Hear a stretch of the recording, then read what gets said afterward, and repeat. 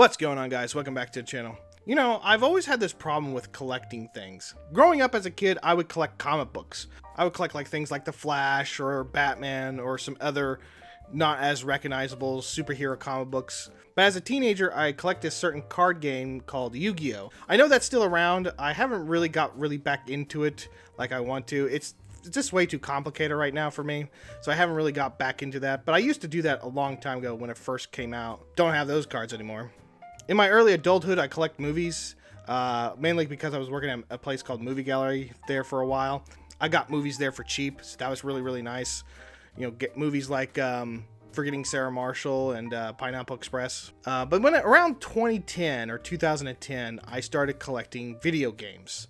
Yeah, that's what I did for 16 years. I think I have collected video games longer than those other hobbies I collected for. I don't know why. Yeah, it was just fun to do, you know? I would go around thrift stores, pawn shops, game stores, you know, anywhere I could find a good deal for cheap games. That's what I did.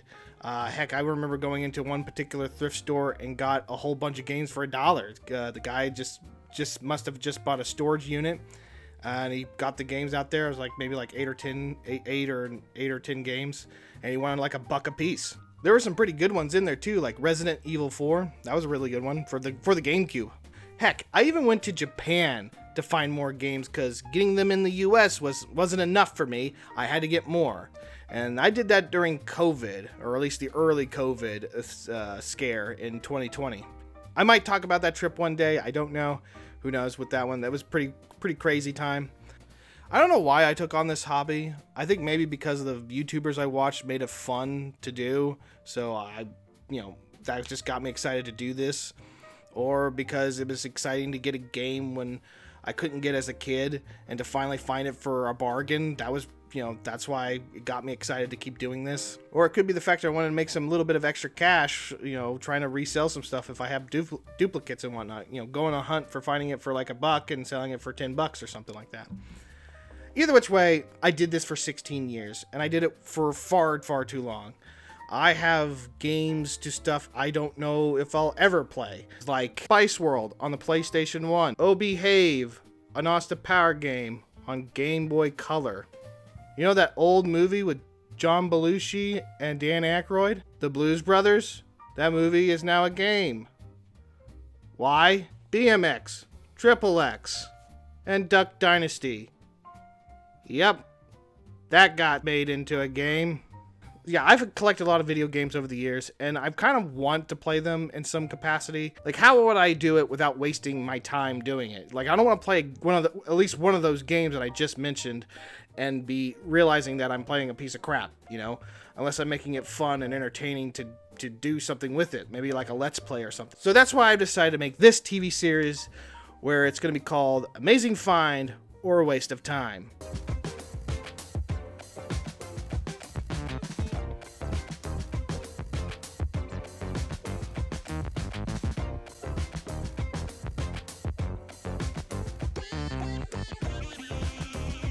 I'm going to actually figure out all the games I've collected out throughout the years and see if they're worth keeping. And that's what we're going to do. We are going to go through what I have. I actually have a storage bin down here. And I have plenty of more other stuff. It's just nuts. And I kind of want to know if these were really worth buying. This is where I'm going to actually sit down. I'm going to pick 2 games, play them, and if they're worth playing, I keep it. If they're not, I get rid of it. I don't know if I'll have a chance to really resell these things. I've had difficulties of trying to resell these things for a while. It seems like there's always like 2 categories when people are playing old games. It seems like there's a category that really loves video games and they'll pay a good price for the game as long as they don't feel like they're getting gypped. They'll pay for a good price to play their games that they missed out on. I like that group. But over here, it's like column B. It's like the resellers. I don't know how many times I've come across those guys trying to just buy games for cheap, and I know they're going to turn around and sell it for way more than I would ever sell it for. Like, I've done it where I've bought a game for like $1 or $2, and I knew a guy who was wanting to buy this game. I sold it for him for like $10, and I was like, whatever, it's $10. And I just gave him a good deal. And I did the same thing again to another reseller. I didn't know it was a reseller, but I found out he was. And boy, he was a... I could just tell when a reseller is wanting to buy something for me because they always are so angry at the price when I tell them. They will always want it like next to nothing, even though I'm already giving them a good deal to begin with. Don't get me started on Nintendo. Like this one time, oh my god, this one time I had to deal with something like that, and that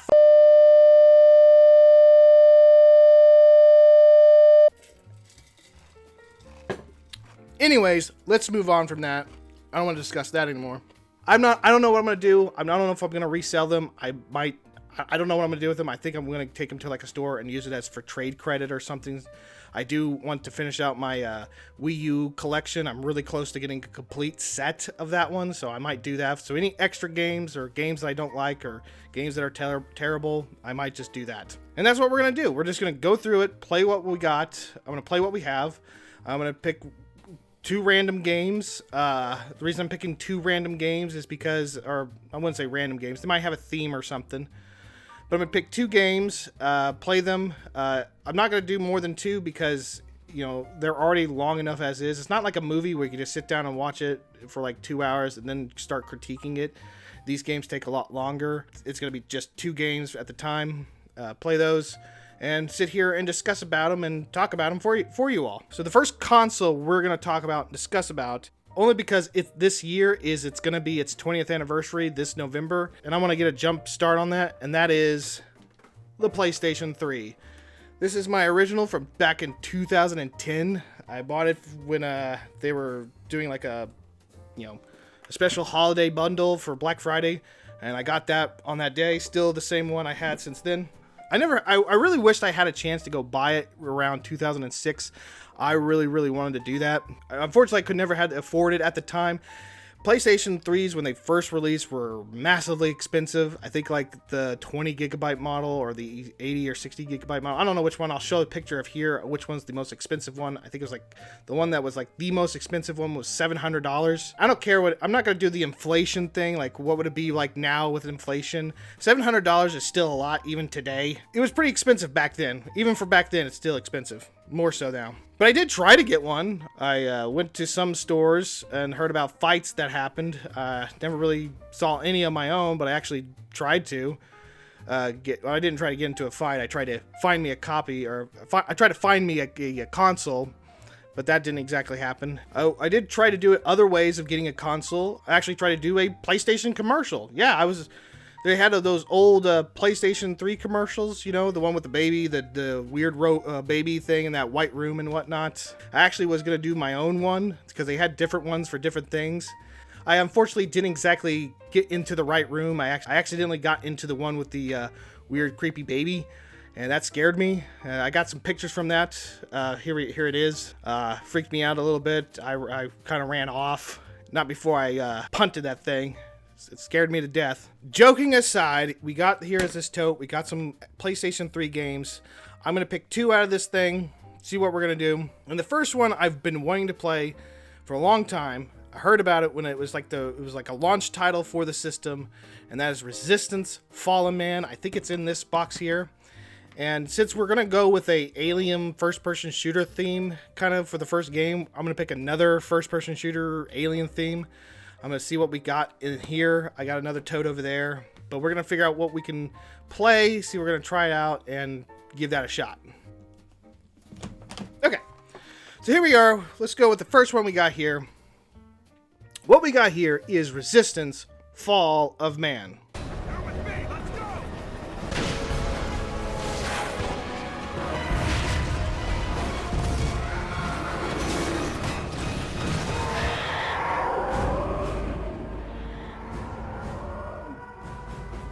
There's no defense, there's no cure. Each of our casualties just increases their numbers. Russia went dark over a year ago. Europe fell weeks later. The Chimera will reach the other continents until within days. It is July 11th, 1951. Amidst the ruins of England, U.S. and British forces... Amidst the ruins of England, U.S. and British forces take a final stand. So yeah, it gets a 9.5 out of 10 and a 5 out of 5 out of GeForce X-Play. Ooh, there we go.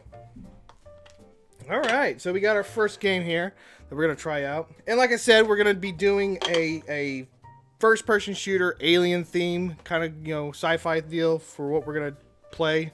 And I picked another one here, and that is Blacksite Area 51.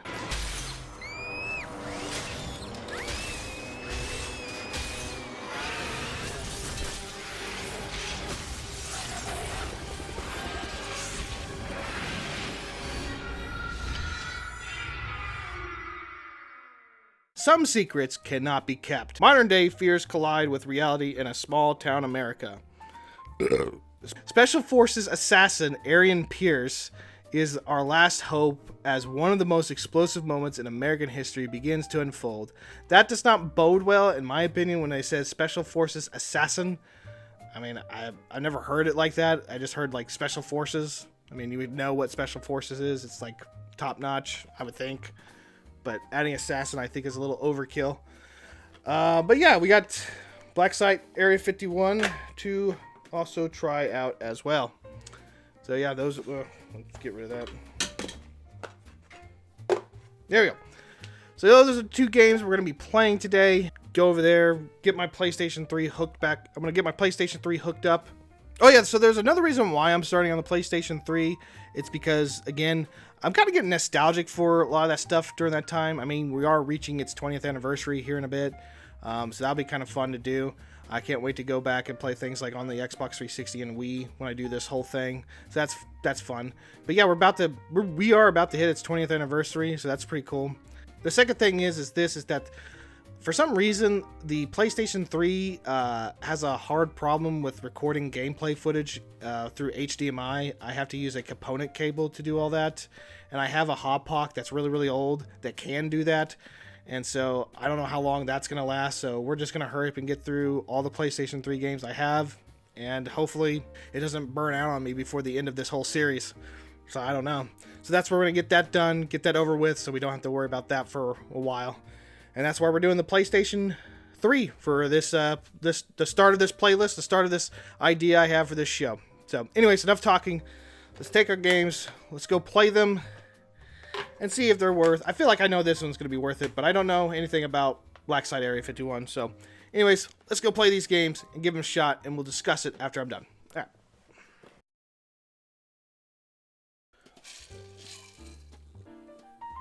right. Okay. All right, there's a reason why I'm doing this, and I'm glad I'm finally doing this and getting this done. All right, so let's first get started on the 2 games I played. One was really, really fun. The other one gave me a splitting headache. Let's go ahead and start with the one that was really, really fun, and that is, of course, this one right here, is Resistance Fall of Man. I'm even still playing it right now. But yeah, that's a really fun game to start the series off. I had a blast playing it. To show the capabilities of the PlayStation 3, that is like a good starting off point, especially for back then in 2006 when it was first released. Like, if you wanted to see the power of the PlayStation 3, like, that was the game to do it. I remember actually going over to a friend's house who got himself a PlayStation 3, and he picked up this game. When he was playing, I was amazed to see like the glass breaking and everything like that, because back then, like, glass was like, didn't have, like, it would just shatter in some effect. Like, it would look kind of cool in some games, but other ones they would just be flat.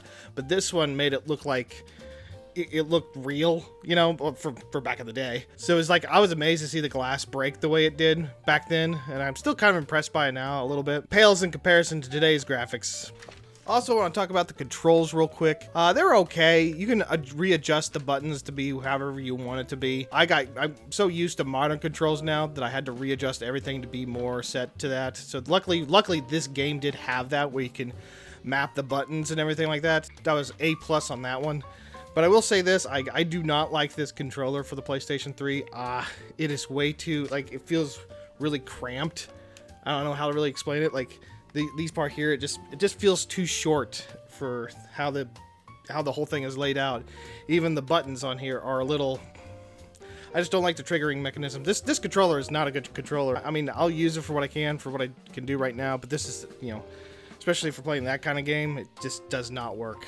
That's the controls. The graphics looked amazing, but what about the story? Now I want to talk a little bit about that. So this game is fun. The gameplay is really, really good. I think now I know why people really love this series. The game mechanics are really, really good.